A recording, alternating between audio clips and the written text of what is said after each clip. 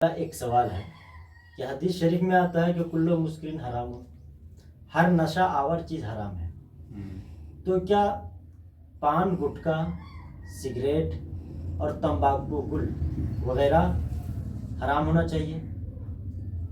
حالانکہ ان سب چیزوں کا استعمال ہر خاص و عام کرتے ہیں، یعنی عوام بھی کرتی ہے اور علماء کرام بھی اس کا استعمال کرتے ہیں، جبکہ بیئر میں نشہ بھی نہیں ہوتا پھر بھی اس کی حرمت کا فتویٰ دیتے ہیں۔ ایسا کیوں؟ تفصیلی گفتگو فرما دیں تاکہ لوگ ان سب چیزوں کے بارے میں جان سکیں۔ بسم اللہ الرحمن الرحیم۔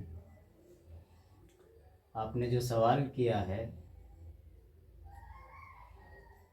میں اس سلسلے میں کچھ ضابطہ بتا دیتا ہوں تاکہ ہر چیز کو آپ خود ڈیفائن کر سکیں کہ کیا حلال ہے کیا حرام ہے، اور لوگوں کے ذہنوں میں یہ آتا ہے کہ کلو مسکرین حرام، یہ حدیث پاک ہے، لہذا پان، گٹکا، کھینی، تمباکو، سگریٹ وغیرہ جو ہے یہ بھی حرام ہونا چاہیے۔ تو میں اس کو تھوڑا تفصیل کر دیتا ہوں۔ پہلی چیز آپ یہ یاد رکھیے کہ ایک ہے نشہ اور ایک ہے حدت، یعنی کسی چیز میں تیزی۔ اب پہلے ہم اس کو لیتے ہیں۔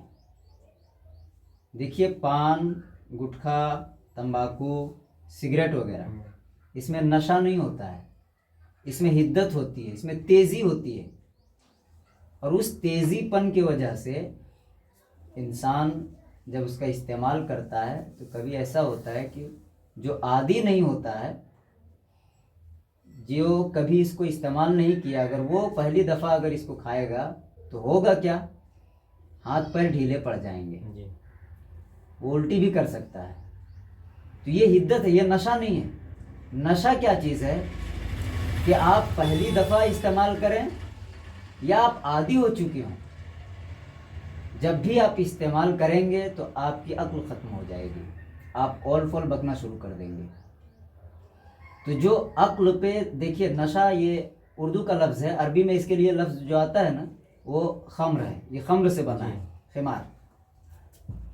خمر اور خمار اسی وجہ سے دوپٹے کو بھی خمار کہا جاتا ہے، کیوں؟ کیونکہ اس سے سر کو ڈھکا جاتا ہے، ٹھیک ہے نا؟ تو یہ خمر سے بنا ہے۔ خمر کا مطلب ہوتا ہے کیا؟ کہ جو چیز عقل کو ڈھانک دے۔ تو نشہ اصل میں وہ خمر ہے کہ آپ اس کو پہلی دفعہ استعمال کریں یا آخری دفعہ، یا کتنے بھی آپ عادی بھی ہو گئے ہوں، لیکن جب آپ اس کا استعمال کریں گے تو آپ کے عقل پہ پردے پڑ جائیں گے۔ اسی وجہ سے آپ دیکھے ہوں گے کہ بڑے بڑے جو شرابی رہتے ہیں، وہ بھی جو عادی ہو جاتے ہیں، وہ بھی جب پی کر کے جاتے ہیں تو اول فول بکنا شروع کر دیتے ہیں، گالی گلوچ کرنا شروع کر دیتے ہیں۔ یہ چیز پان، گٹکا، سگریٹ، تمباکو میں نہیں ہے۔ پہلی دفعہ اگر آپ استعمال کریں گے تو زیادہ سے زیادہ یہ ہوگا کہ آدمی ہو سکتا ہے الٹی کر دے یا پھر جوڑ ڈھیلے پڑ جائیں گے، لیکن عقل باقی رہتی ہے۔ تو یہ چیز حدت ہے، یہ نشہ نہیں ہے۔ اگر نشہ ہوتی تو عقل کام کرنا چھوڑ دیتا۔ یہ نشہ نہیں ہے، یہ حدت ہے۔ تو اب سمجھیے، یہ جو حدت کا جو مسئلہ ہے پہلا والا، یعنی پان، گٹکا، تمباکو، سگریٹ وغیرہ، ٹھیک ہے نا؟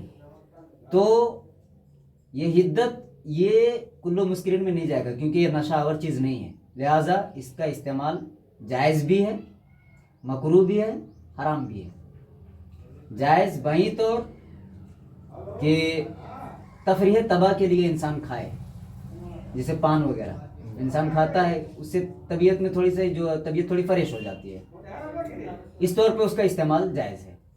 مکروہ کب ہے؟ جب آپ کو لگے کہ اس کے استعمال سے میری صحت پہ اثر پڑ سکتا ہے۔ اسی وجہ سے آج سے کچھ سال پہلے علماء مصر نے سگریٹ کے حرام ہونے کا فتویٰ دیا۔ ہمارے ہندوستان کی کسی مفتی نے یہ نہیں دیا ہے۔ ان لوگوں کی رائے کیا تھی؟ ان لوگوں نے کہا کہ سگریٹ چونکہ یہ صحت کو نقصان پہنچانے والا، اور انوائرمنٹ جو ہے، یہ فضا کو جو یہ خراب کر رہا ہے اس کے دھوئیں کی وجہ سے، تو اس کی وجہ سے ان لوگوں نے حرمت کا فتویٰ دیا۔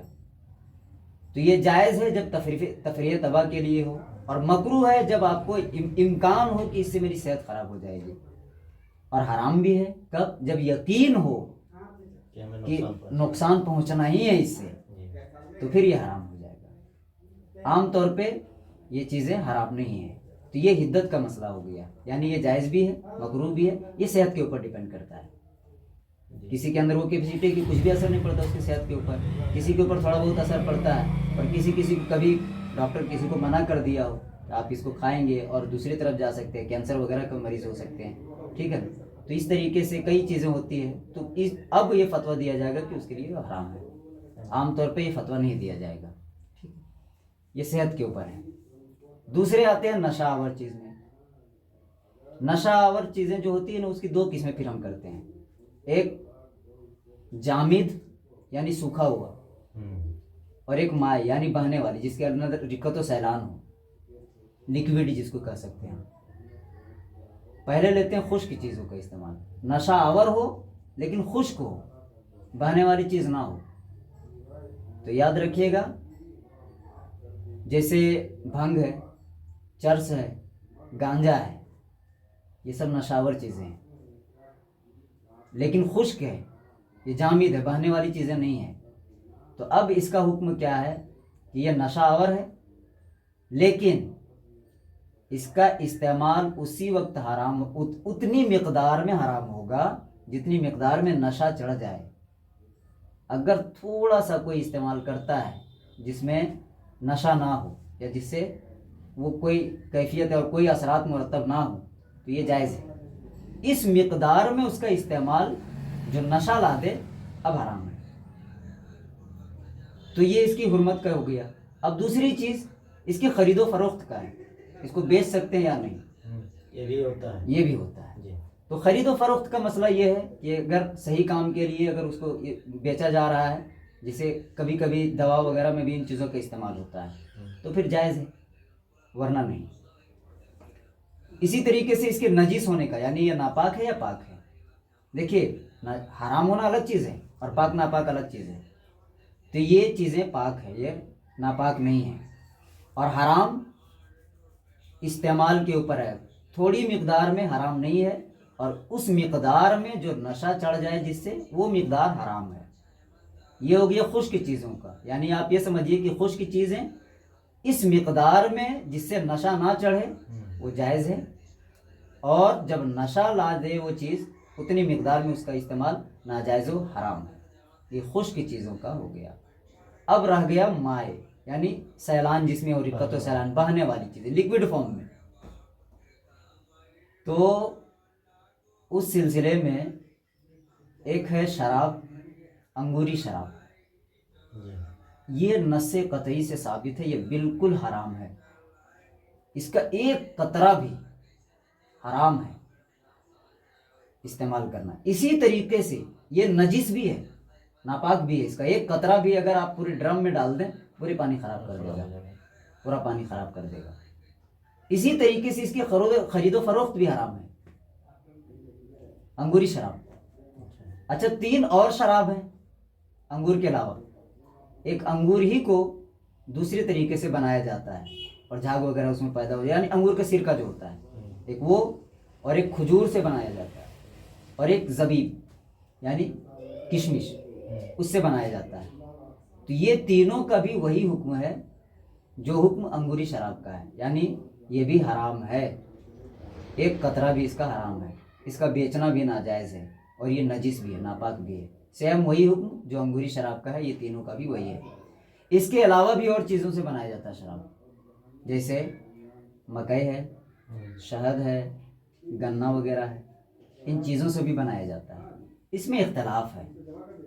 امام محمد نے کہا کہ ان شراب کا بھی وہی حکم ہے جو انگوری شراب کا ہے، یعنی اس کا ایک قطرہ بھی حرام ہے. جو حکم اس کے لیے یہی حکم اس کے لیے بھی. لیکن ہمارے احناف کے یہاں یہ ہے کہ نہیں، اس کا 1-2 قطرہ حرام نہیں ہے، بلکہ اس مقدار میں جو نشہ چڑھ جائے وہ مقدار حرام ہے. یعنی جس طریقے سے خشک نشہ آور چیز کا جو حکم ہے کہ بقدر نشہ آور جتنے نشہ چڑھ جائے، وہی حکم یہاں ہوگا. جو انگور، کھجور اور کشمش کے علاوہ جن چیزوں سے شرابیں بنتی ہیں اور جو شراب ہوتے ہیں، تو اس کا استعمال بقدر نشہ یہ حرام ہے. اور قلیل مقدار میں لینا جس سے نشہ نہ ہو تو اس مقدار میں جائز ہے. اسی طریقے سے اس کا خرید و فروخت کا بھی وہی مسئلہ ہے. اب رہ گیا آپ نے یہ کہا کہ بیئر والا مسئلہ. جی بے شک کہ اس میں بیئر والا مسئلہ میں چونکہ اس میں یہ نہیں ہوتا.